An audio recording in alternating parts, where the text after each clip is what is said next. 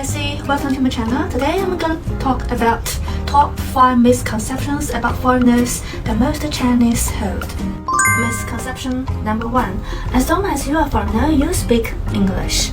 If you look like you're from any of the European country, you're assumed to be deemed as an English speaker. People will try to speak English with you. I used to think likewise. It was until in one of my English classes, there was a girl from Sweden sitting next to me. I asked her why. Why are you here? Isn't English your official language? She said, no, I wish I was. In fact, most of the Swedes I met here in China, they speak very well English, just like natives. And also the Polish, Germany, those are the people we easily get wrong with. Maybe the impression is rooted from those early years. Those foreigners who came to China mostly communicated in either English or Chinese. That makes sense because in that days you better have a mastery of at least one language beforehand, which is English or Chinese. Understandable by most Chinese people that you may feel assured to come. So unless you're easily recognizable ethnically, you will be welcomed as English speaker.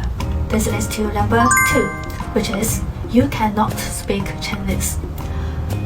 Foreigners who live in China long term usually have at least a basic grasp of Mandarin Chinese, and those who don't are always willing to learn.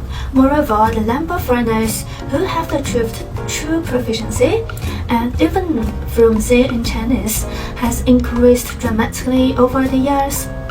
It's no longer so uncommon for foreigners to know Chinese. Even for a few people, they has never set foot on China. They have learned Chinese impressively. I've seen many vloggers here on YouTube showing their Chinese proficiency, the Chinese levels. But if you are caught speaking Chinese even a little bit, you will be given credit for that. You know that Chinese is way too difficult for foreigners to master. We want to show our kindness. So next time, if you think that we are playing the old way of exaggerated technique, commanding your Chinese, even just for 你好, 谢谢你, well, makes you feel a bit embarrassed, please understand that we know the old days has long gone. But the appreciation of your respect for our culture has long reserved. Number 3. It's offensive to ask age. Honestly, I have always been confused by that.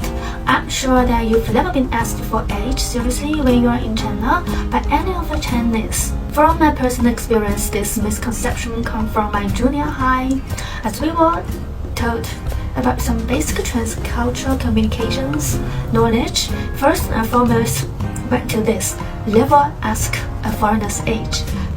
Back then we didn't get it, since asking age was quite common among us in China, so we just keep this firmly in mind.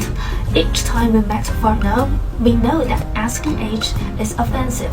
We don't do that, but this was changed later.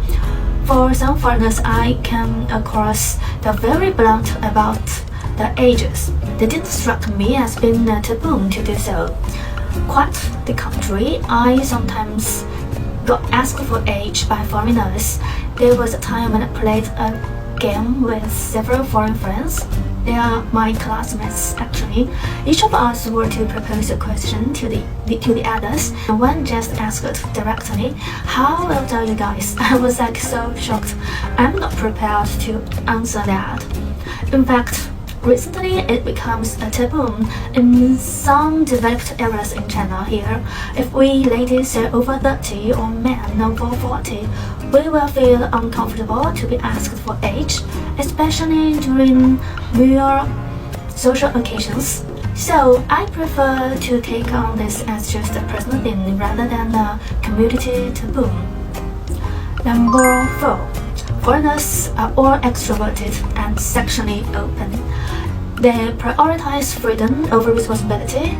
That's definitely misled by Netflix dramas or Hollywood movies. At least, most of the British and Dutch people I know, they are quite conservative economically and socially. Those casual and free people are actually a minority in any country, I would say. And we all appreciate and respect responsibility, no matter work or relationship. For this, I would say people in the world are just alike. Number 5. Foreigners, they don't have the 30 crisis. 2030 has always been a milestone for the majority of us Chinese.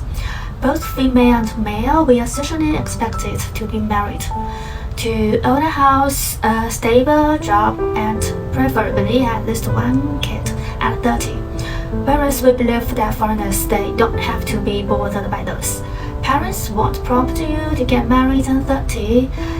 Little will your parents-in-law ask for a house if you want to marry the daughter. But I presume that you do have like tri-life crisis. 2030 is also a big deal. Or now like 30 under 30 lists proves that, especially for girls, instead of meeting the societal expectations like us, somehow girls may realize the body clock. Some of you may try to figure out, do I really want a family or a baby? Take this topic seriously, or family is not just my thing, I just want to keep exploring and adventuring on my own. So what do you think? Yeah, that's all for today. We'll explore the other misconceptions in the next episode. See you next time. Bye bye.